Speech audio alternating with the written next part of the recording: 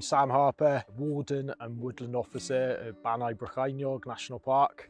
What we're really going to hope to do is, we know 50 trees have been tested and 49 of those, funny enough, came back as pure wild apple.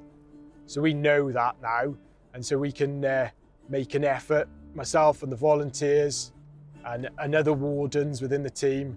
We're going to set about collecting the fruit from the wild apple trees, and then we can look at the process of getting the seed, and throughout the community tree nurseries we have funded in the national park, we can use that resource to bring on our own stock of wild apple trees, and that's really going to play a huge part in future planting projects on hillsides and in projects throughout the national park. So this marginal fringe area in Wales, they call it the Ffrwyth, but especially in the Brecon area is Coedcae, and you can see it's that tree line creeping up, less important for farming as the lowlands would be, but for conservation and for tree planting opportunities, these ancient woodlands, reconnecting them up the valleys.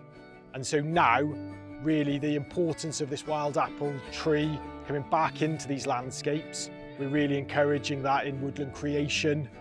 This would have naturally happened, but unfortunately, because it's not, now we're bringing a stock of our own wild apple trees to the hillside and starting a new population of wild apple trees. That's the role this project can help play.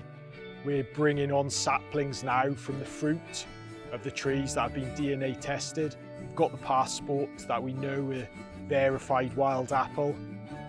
With that fruit, following through the process of nursery growing them, we can replant saplings back out onto this hillside.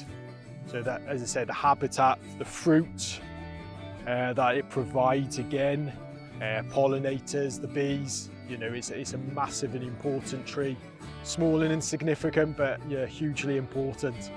Now we know from the science and the research, it's the third largest grouping of wild apple trees in Wales. So without the project and the DNA testing, that's knowledge we wouldn't have had and known. And it's meant we've been able to instigate the correct tree planting now back into that hillside. And I just think, you know, I love it there up on that bank, and to imagine cattle roaming round and grazing and giving all the benefits that they give, and helping spread a seed source as well is a really nice thought for the future to come. And it's a real look back to how land management would have been in the past, I suppose.